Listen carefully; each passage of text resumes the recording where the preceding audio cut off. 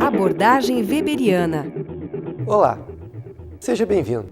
Eu sou o professor Alain Casartelli e estou aqui para falar sobre a abordagem weberiana. Essa abordagem da ciência da administração explica o funcionamento da burocracia.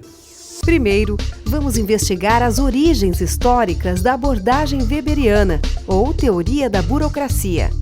Depois, veremos quais são as principais características das organizações burocráticas, quais são as vantagens deste sistema de organização e quais as disfunções que podem surgir. Por fim, saberemos quais dimensões precisam ser levadas em conta quando se analisa uma organização burocrática. Eu acho que é essa demora nos papéis quando se precisa de algum documento, né? Pra mim, só pra me incomodar, só pra me chatear. Olha, eu acho ela chata. A burocracia podia ser um pouquinho melhor. É contra qualquer coisa que venha para melhorar. Ela só vem para dificultar. Tu chega lá, é uma burocracia, como se diz, né? Exige. É um entrave de desenvolvimento. A burocracia, por exemplo, para mim, não tem nada de bom. Né? Por isso já tem a palavra burocracia, né? Olha, de bom não sei se tem muito, não. Quando eu precisei, eu sei que me atrapalhou um monte também, né? Pra mim, ela não tem nada de bom. Pode ter ter alguma coisa de bom para outras pessoas. Às vezes a burocracia, na minha opinião, arrisca a vida das pessoas, assim, sabe? Não, até que ela tem a sua importância, mas se ela fosse organizada. A maior parte das pessoas tem uma visão negativa da burocracia. Mas quando o sociólogo alemão Max Weber criou a teoria da burocracia, no começo do século XX, a visão que ele tinha era muito diferente. Para Weber, a burocracia era a forma mais eficiente e justa de administrar uma organização. Origens da teoria da burocracia. As organizações burocráticas já existiam antes de Weber criar sua teoria. Por exemplo, a Igreja Católica, onde o Papa, os cardeais, os bispos e os padres desempenham funções diferentes de acordo com suas posições na hierarquia. No fim do Renascimento, Martinho Lutero rompeu com a Igreja Católica e criou o protestantismo. Os protestantes tinham uma ética diferente dos católicos e privilegiavam o trabalho duro, a austeridade e a poupança, ao invés do consumo e dos símbolos de status. Weber diz que a burocracia moderna surgiu da ética protestante. Mas a burocracia só se tornou o sistema de administração dominante com o surgimento do Estado moderno, a partir do século XVIII, quando os regimes absolutistas começaram a cair e foi preciso criar uma forma racional e impessoal de administrar as repúblicas. Não são apenas os estados que se organizam de forma burocrática. A maioria das organizações modernas é uma burocracia. Weber analisou o Estado, mas o conceito pode ser usado para descrever a organização das fábricas, empresas e associações. O ponto em comum é a aplicação da racionalidade às relações de trabalho e no trato com o público. A burocracia é uma forma de organização humana que se baseia na racionalidade, isto é, na adequação dos meios aos objetivos pretendidos, a fim de garantir a máxima eficiência possível no alcance desses objetivos. Weber considerava a burocracia como um tipo de poder e não como um sistema social. Para ele, existiam 3 tipos de poder, ou seja, 3 tipos de autoridade. E para cada tipo de autoridade existia um tipo de sociedade. Os 3 tipos de sociedade eram a tradicional, a carismática e a burocrática. Na sociedade tradicional, quem manda é um indivíduo. Em geral, o poder é herdado ou delegado por uma autoridade maior, como entre os nobres do sistema feudal. O que legitima esse poder são os hábitos e os costumes. Logo, esse tipo de organização não é racional.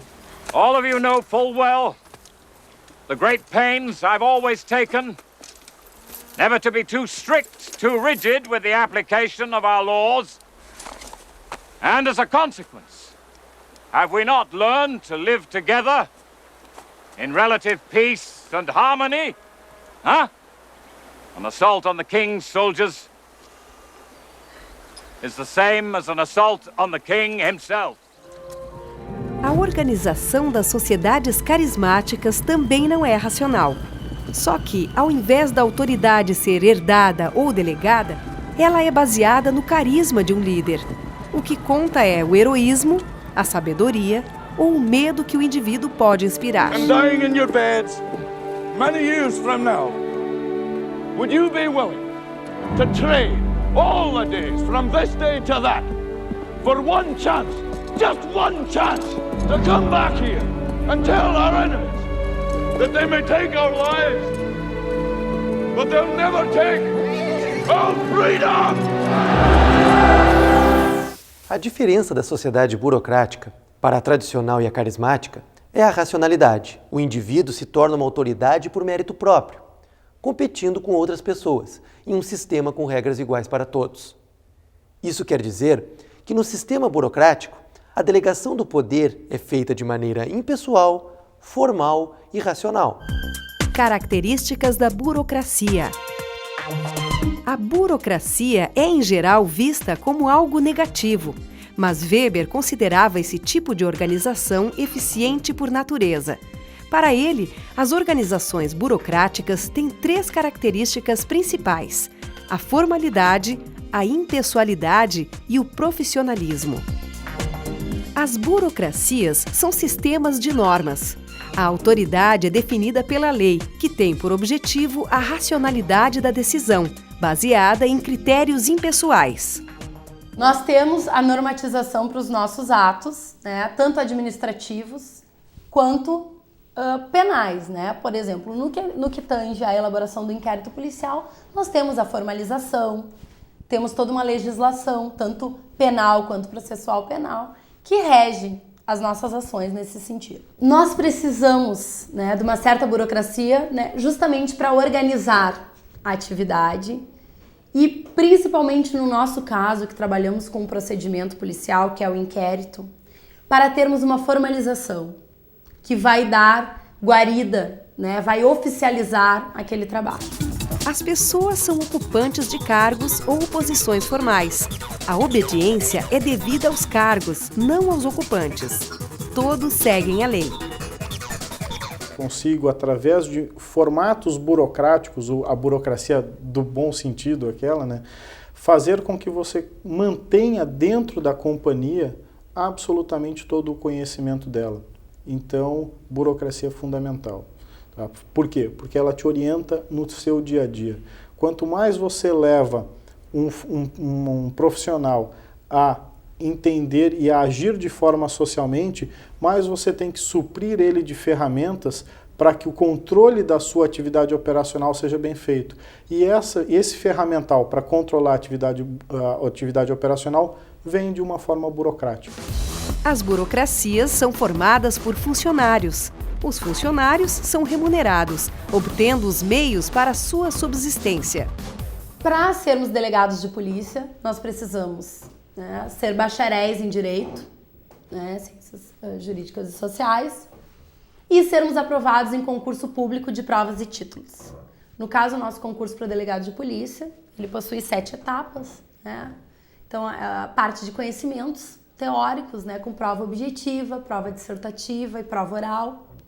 Capacitação física, né, com exames físicos e testes, né, de capacidade física.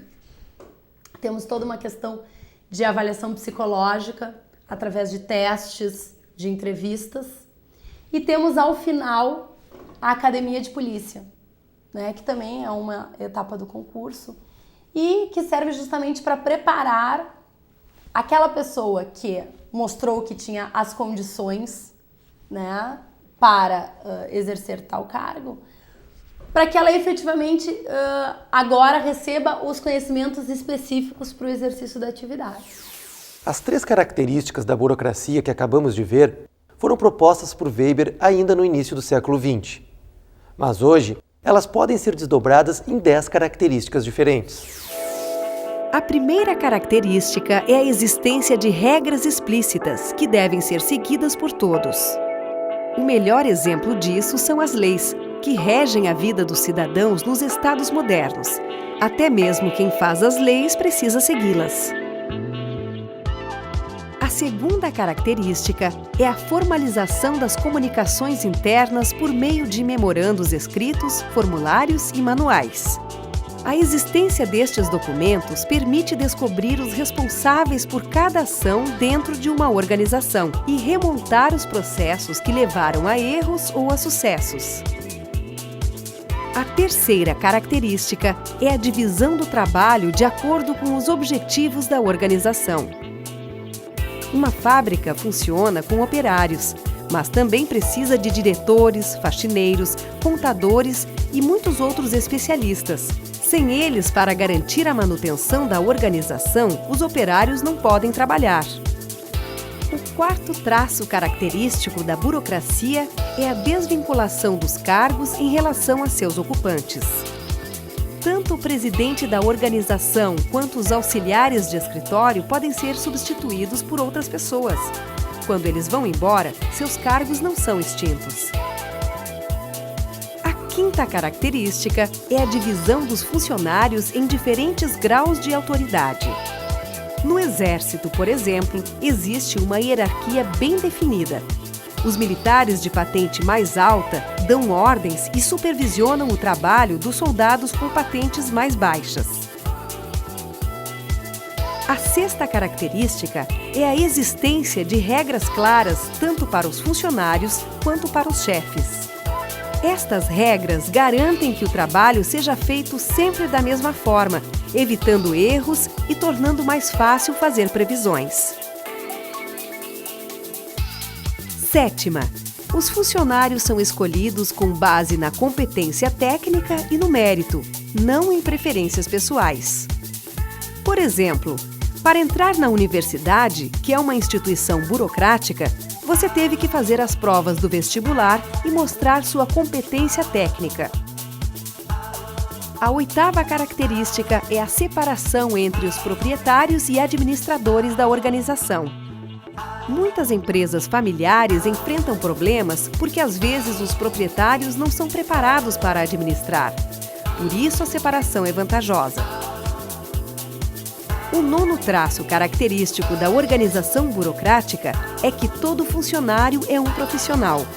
Isso porque é especializado, recebe um salário, ocupa um cargo, um plano de carreira e não é proprietário dos meios de produção, entre outras coisas. Por último, o objetivo da organização é prever o comportamento dos funcionários. Se os funcionários seguirem os regulamentos, a organização pode prever os resultados no futuro. A organização burocrática tem como principal característica a aplicação da racionalidade na administração. Vamos ver quais são as vantagens da burocracia de uma forma mais sistemática. Vantagens da burocracia. A principal vantagem da burocracia é ser uma maneira racional de administrar. Com essa racionalidade, a organização pode esperar maior precisão na definição dos cargos e nas operações, maior rapidez nas decisões, porque todos sabem o que deve ser feito, univocidade na interpretação das ordens, garantida pela comunicação escrita, e uniformidade nas rotinas e processos, ou seja, a padronização, que reduz os custos e os erros. A forma burocrática de administração também garante a continuidade, porque os funcionários afastados podem logo ser substituídos. Porque todo funcionário sabe quais são seus limites e atribuições, há menos atritos entre eles. Como todos os processos são conduzidos por regras e normas claras, as decisões tomadas são constantes quando as circunstâncias são iguais, e os processos se tornam mais confiáveis porque as decisões dos funcionários são previsíveis. Finalmente, outro fator que contribuiu para o avanço do modelo burocrático foram os benefícios que ele traz às pessoas. Numa burocracia, é possível se tornar um especialista e fazer uma carreira por sua própria competência e mérito, sem depender do humor de chefes e colegas. A organização burocrática trouxe muitos avanços para a administração. Por causa de seus aspectos técnicos, tornou-se um modelo dominante na atualidade. A razão decisiva para o progresso da organização burocrática foi sempre a superioridade puramente técnica sobre qualquer outra forma de organização. Essas normas, essas diretrizes, mesmo orçamentárias, financeiras, diretrizes estratégicas que as organizações precisam, isso hoje é sinônimo de eficiência nas organizações. As organizações precisam realmente de instruções normativas, de instruções de normas técnicas e mesmo de diretrizes estratégicas para conduzir a melhores resultados, a melhores indicadores de eficiência, né? Tanto a nível de recursos humanos quanto a nível de projetos, né? Eficiência de projetos. Mas Weber também via defeitos no modelo burocrático. Ele acreditava que muitas das vantagens poderiam se tornar problemas se fossem levadas ao extremo. Vamos ver agora que tipos de disfunções a burocracia pode apresentar. Disfunções da burocracia. A maior dificuldade da burocracia para Weber é que a capacidade de aceitar normas e regras exige uma renúncia permanente por parte dos membros de uma organização.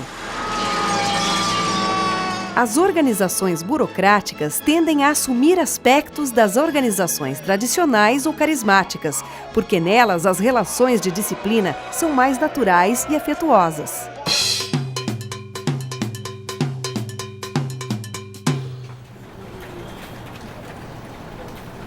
Fala, Padilha.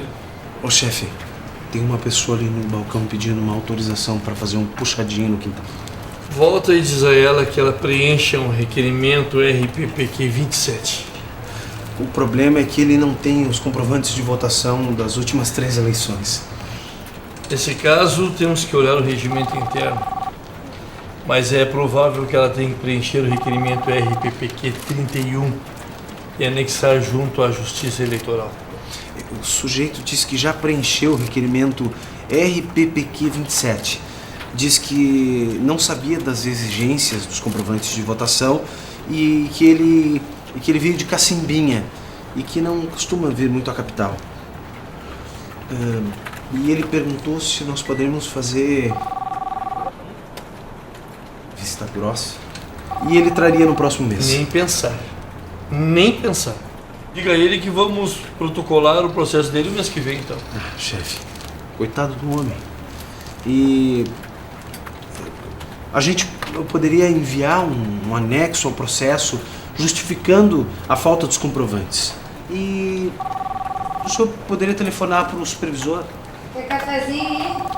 Padilha, quem é que está de gravata aqui, Padilha? É, senhor. Quem é que tem cargo de comissão aqui dentro, Padilha? O senhor. Quem é que tem a mesa na janela, Padilha? É, o senhor. Quem é que tem a maior vaga no estacionamento, Padilha? Sou eu. Portanto, Padilha, 2 colheres de açúcar no meu cafezinho. Já vai. Padilha, eu mando aqui dentro.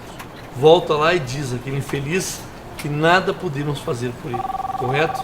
Porque as coisas vêm de cima para baixo, Padilha. De cima para baixo, tá entendendo? Vem de mim para você. Tá certo, Padilha? Com licença.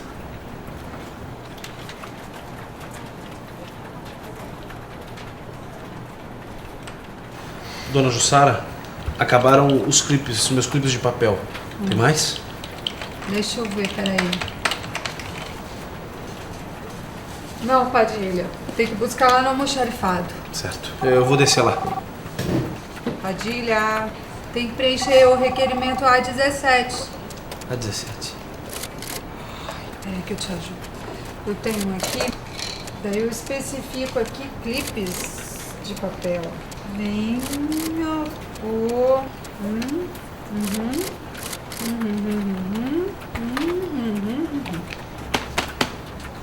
Pronto, vai. Ligeirinho, tá? Muito obrigado, Dona Jussara. Não é nada. Opa, Padilha. Tem que dar um reconhecimento nos requerimentos aí. Com licença.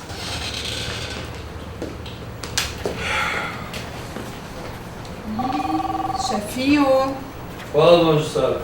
o Padilha esqueceu de levar a segunda via do requerimento A17. O almoxarifado não vai entregar o clipe pra ele. Isso aqui não tem açúcar, ó. Conseguiu identificar as disfunções da burocracia na esquete que acabamos de ver? Não? Então vamos voltar.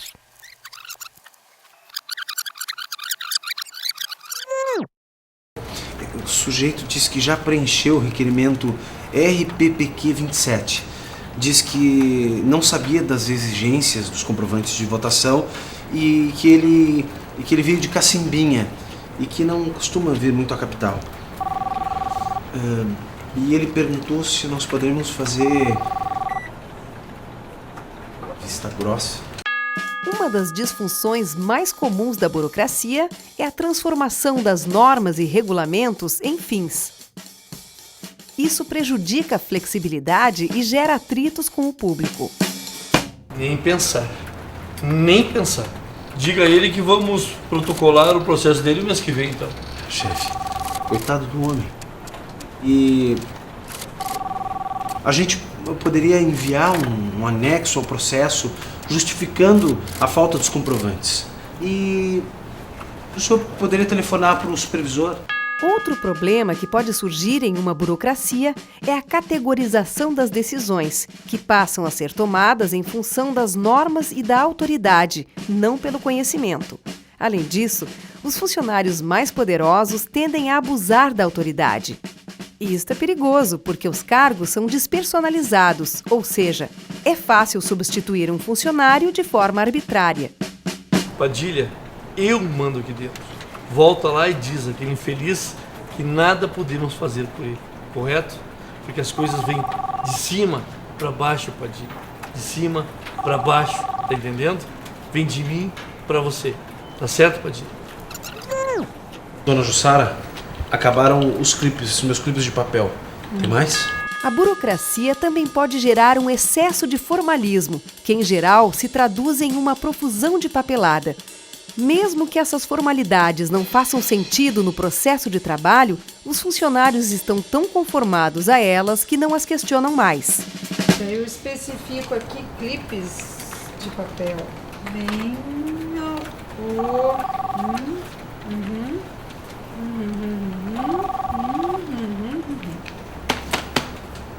Pronto, vai. Ligeirinho, tá?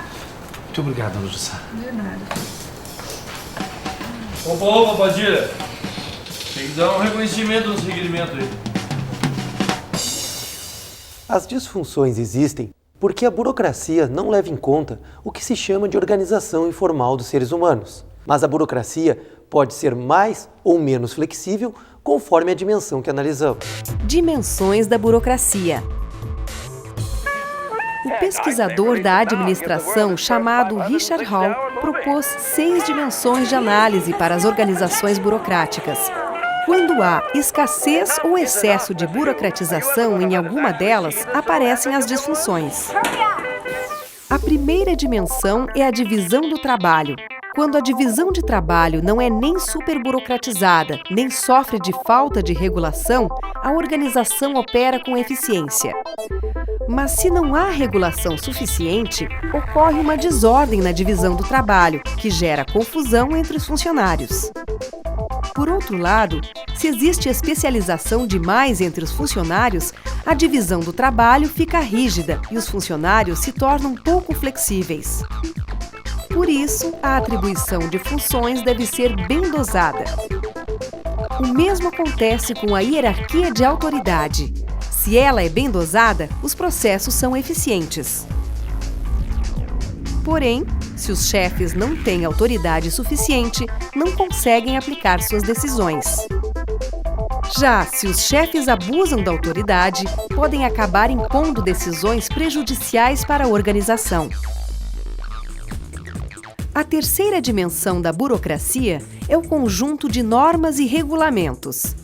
Se são bem aplicados, eles facilitam os processos no dia a dia da organização. Mas se os regulamentos são muito frouxos, cada um faz o que quer. Quando há muita regulação, fica difícil aplicar ideias alternativas. A formalização das comunicações em circulares, formulários e e-mails também é importante para evitar erros. Dar ordens verbais e não registrar procedimentos torna impossível recuperar informações. Só que papel demais atrapalha tanto quanto papel de menos, porque os funcionários acabam perdendo tempo com papelada. Manter os relacionamentos entre funcionários em um nível impessoal é bom, porque muitas vezes é preciso ir contra os interesses dos colegas em uma organização. Se há ênfase demais nas pessoas, por exemplo, um chefe pode ficar com pena de demitir um empregado incompetente. Mas se nenhum funcionário consegue se manter muito tempo em um cargo, a organização acaba perdendo a experiência acumulada. Os critérios de seleção e de promoção dos funcionários precisam ser claros, objetivos e racionais. Se não existirem critérios explícitos, os funcionários podem acabar sendo contratados e promovidos só com base na amizade e no apadrinhamento. Por outro lado, se houver excesso de exigência nos critérios de avaliação dos funcionários, talvez ninguém consiga atingir os níveis de competência previstos nos regulamentos. As 6 dimensões que precisam ser levadas em conta quando analisamos uma organização burocrática, então, são a especialização funcional, a hierarquia de autoridade, a regulação dos processos por normas, a formalidade das comunicações, a impessoalidade nos relacionamentos e a avaliação baseada na competência técnica. Apesar de todos os problemas que podem surgir, Max Weber considerava a burocracia a melhor alternativa entre as formas de organização existentes. Uma prova disso é que até hoje, mais de um século depois, a administração de todas as empresas é burocrática, em maior ou menor grau. Resumo do conteúdo. Neste encontro, começamos estudando quais foram as origens da organização burocrática descrita pela primeira vez pelo sociólogo alemão Max Weber no início do século XX. Depois, vimos quais são as principais características do modelo burocrático de administração. Também vimos que, apesar da burocracia ser em geral considerada algo negativo, ela traz muitas vantagens para as organizações humanas. E vimos que, apesar das vantagens, muitas vezes a burocracia merece sua fama e cria várias disfunções na organização. Finalmente, revisamos as diferentes dimensões que precisam ser levadas em conta quando se analisa uma organização burocrática. Muito obrigado pela sua atenção. Um grande abraço e até uma próxima vez.